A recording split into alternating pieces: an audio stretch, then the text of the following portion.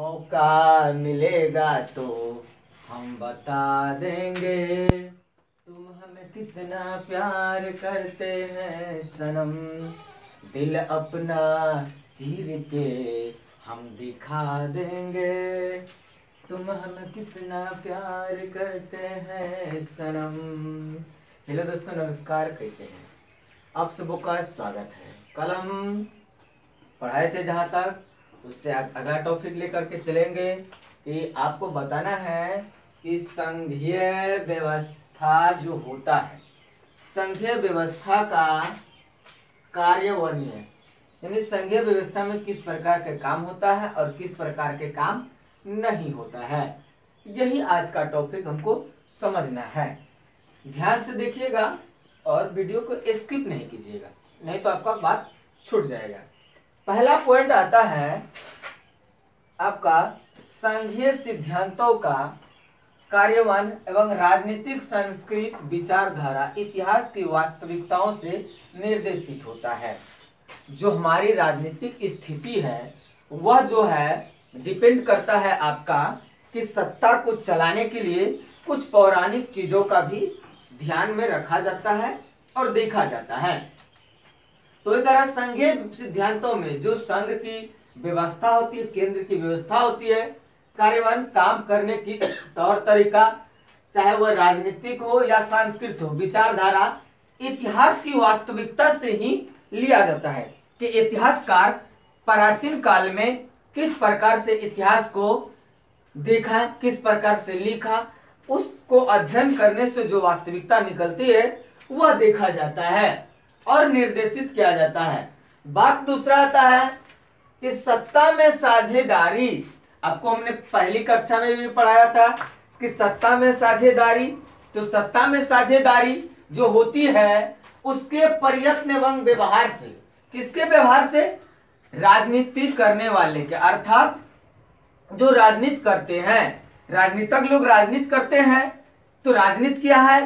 राज के नीति को जानना और राज के नीति को करना ही क्या है? राजनीति है। बात आते हुए ही क्या सत्ता में साझा उनके प्रयत्न एवं व्यवहार से है, लेकिन माफिया लोग ज्यादा राजनीति में आ जाता है। बाहुबली होने के कारण, धन बल और जातीय बल होने के कारण वह सत्ता में पहुंच जाता है।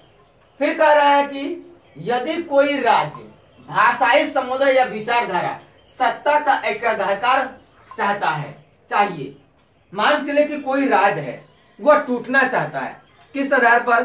धर्म के आधार पर, भाषा के आधार पर, लिंग के आधार पर, ये लोग टूट करके अलग राज्य बन जाता है। जैसे में तेलंगाना अलग राज्य बन गया, तो तेलंगाना जो बना वो अलग राज्य बन गया क्योंकि उसका जो भाषाई था कुछ अलग था, जिसके कारण वो टूट के क्या हुआ, एक अलग अधिकार बना लिया और अलग मुख्यमंत्री बना लिया। ये होता है कहा कि जिस पर यह बात थोपी जाती है या भाषाई अन्य सत्ता के रूप में अनदेखी की जाती है, यानी कि केंद्र सरकार जब बात न माने तो वह क्या करेगा, अपना बात मनाने के लिए अलग राज्य का मांग करेगा, अलग मुख्यमंत्री चुनेगा, सारा कुछ अलग करके काम करता है। कहा उनमें असंतोष, विरोध पनपता है, खुश नहीं रहता है, हमेशा कुछ ना कुछ माइंड में आते रहता है। ऐसी स्थिति में विरोध प्रदर्शन करता है। मान के लिए कोई राज मांग रहा है, अगर नहीं दिया जाए तो क्या करेगा? विरोध प्रदर्शन करेगा कि नहीं करेगा? एक बात हमको बड़ा हंसी लगता है, रामदेव बाबा आयुर्वेद के महान प्रकांड पंडित, दवाई बेचते हैं, बनाते हैं, बड़ा बिजनेसमैन है, उद्योगपति है, लेकिन हमको एगो बात नहीं समझ में आया कि अमित शाह के माथा का जो बाल उड़ा हुआ है क्यों नहीं उसको दवाई देते हैं? जो कुछ संस्कार भरे 87 होता है, 57 होता है, 89, 59 कुछ कुछ बकत रहता है, तो ये सब संस्कार देना चाहिए, रामदेव बाबा के द्वारा मिलना चाहिए। कारण अलग होने की मांग करता है तो मुझे अलग राज्य चाहिए, नहीं तो हम विरोध प्रदर्शन करेंगे। यह विरोध प्रदर्शन गृह युद्ध का कारण बन जाता है। सबसे ज्यादा अगर विरोध प्रदर्शन होता है कहीं तो वह केंद्र की सरकार करती है, क्योंकि उसको वोट चाहिए, वह जनता को फोड़ेगी, वह जनता को लड़ाएगी, धर्म की बात करेगा, वही लोग को लड़ा करके अपना सत्ता हासिल करता है। क्योंकि वह जानता है कि जब तक हम धर्म की बात नहीं रखेंगे तब तक वोट हमको मिलने वाला है नहीं। धर्म की बात करके लोगों को लड़ाएगा, लोगों को उलझाएगा और अपने सत्ता में मलाई खाएगा। क्या कभी नेता का बच्चा रैली में निकालता है? नहीं निकालेगा। स्मृति ईरानी की बेटी कभी आप देखे हैं कि रैली निकाली है? नहीं, रेस्टोरेंट चला रही है। और हम लोग अपना पैसा खर्च करके जय श्री राम का नारा लगा रहे हैं, रैली निकाल रहे हैं। हम लोग मूर्ख हैं और वो लोग पढ़े लिखे।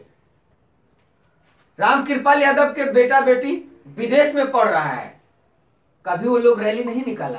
वो जानता है कि मूर्ख बनाना है जनता को और बना रहा है। यही होता है असली सत्ता। उसके बाद अगर हिंसा का सहारा, अगर बात कह दिया, बात कहा गया, अगर ना माने तो वही बात क्या होता है, एक समय हिंसा का रूप धारण कर लेता है और हिंसा ही धीरे धीरे गृह युद्ध में तब्दील हो जाता है और देश का बंटवारा होना शुरू हो जाता है। यह गृह युद्ध जो छिड़ता है पूरा तहलका मच जाता है। हाल फिलहाल ये देखे होंगे आप लोग नागालैंड की स्थिति, जहां की सरकार बीजेपी की, सब कुछ बीजेपी की, लेकिन एक हिंसा नहीं रोक पाया। यही अगर कांग्रेस वाला राज में होता तो बीजेपी वाले हल्ला बोल करते, हल्ला बोल।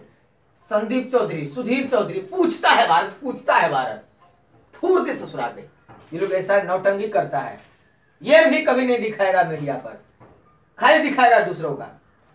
तो गृह युद्ध जो होता है स्थिति बन जाता है वहां पर, तब केंद्र की सरकार को चाहिए कि अपना सारा फोर्स उतार करके उस विवाद को निपटा सके। तो देखिए करा के नोट में कि सोवियत साम्राज्यवादी गणराज्यों का संघ विश्व की एक महान शक्ति के रूप में उभरा। जो सोवियत संघ था अर्थात रूस, यह जो है दुनिया में जब द्वितीय विश्व युद्ध खत्म हुआ तो उस समय जो सोवियत संघ था काफी शक्तिशाली ताकतवर देशों के रूप में उभरा। क्योंकि लेकिन उभर तो गया, कुछ दिन बाद 1989 में फिर यह टूट गया। टूटने का जो है बहुत सारा कारण था, जैसे कि देख सकते हैं कि उनके स्वतंत्र राष्ट्रों में विघटन हो गया। देश तो स्वतंत्र बन गए लेकिन वह टूटने का कगार पर आ गया और टूट भी गया। इसका मुख्य कारण था टूटने का कि देखिए अब टॉपिक आता है सोवियत संघ के विघटन के कारण। सोवियत संघ के विघटन का बहुत सारा कारण था, जिसमें आता है पहला शक्तियों का जमाव और अत्यधिक विकेंद्रीकरण की प्रवृत्ति।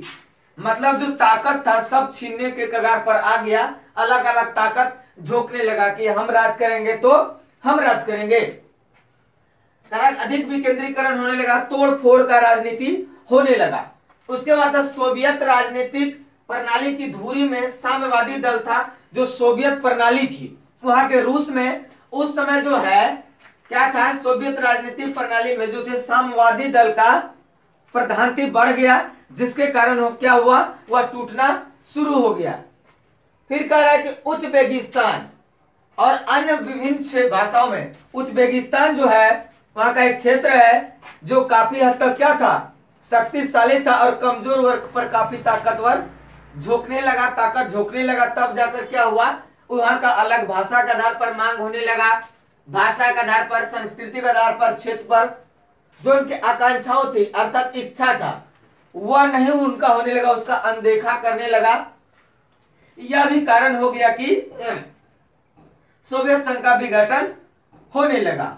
उसके बाद आता है रूसी आधिपत्य के प्रयत्न ने भी, रूस के जो आधिपत्य था अर्थात वहां के जो नागरिक था उसका प्रयत्न जो था विघटनकारी प्रकृति को बढ़ावा दे रहा था।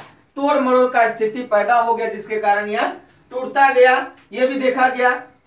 उसके बाद आता है अन्य देशों और जातीयताओं, उस देश में जो है अलग अलग जाति का लोगों का प्रवेश होना शुरू हो गया और जातीयताओं का शिकायत भी हुआ कि बाप रे बाप ये जाति के लोग राज करे, ऐसा नहीं हम होने देंगे। ये स्थिति वहां पर भयानक बन गई। कहा कि संघ के सबसे बड़े गणराज्य संघ। वही दो ही देश था, पहली दुनिया दूसरी दुनिया। तो पहली दुनिया जानबे करते हैं और दूसरी दुनिया भी आपको मालूम हुई है, ज्यादा जरूरत नहीं है समझने की। तो वही कह रहा है कि बड़े गणराज्य रूस की भाषा और संस्कृति थोपी गई, कि भले रूस के जो संस्कृति है वही मानना पड़ेगा, चाहे लोगों को वह पसंद हो या ना हो, यह चीज थोप दिया गया, आपको ये काम करना है, जिसके कारण वह ना हो सका। कहे सत्ता में रूसी मूल के नागरिकों की प्रधानता थी। बात सही है, जो जिस देश का नागरिक है उसकी प्रधानता उस देश में है, उसको नहीं होने दिया जा रहा था, जिसके कारण क्या किया गया कि सोवियत संघ का विघटन होने लगा। चलिए अगला देखिए फिर से। तो देखिए कह रहा है 1986 में रूसी पूरी आबादी जो था 52% था, यानी कि कुल 52% था। इसका ज्यादा वर्चस्व तो था ही, क्योंकि वो लोग मूलवासी थे, लेकिन फिर भी चलने नहीं दिया। कारक 85% सचिव केंद्रीय मंत्रिमंडल था। आज जो देखिए देश की स्थिति भयानक जो है, सबसे ज्यादा तबाही है।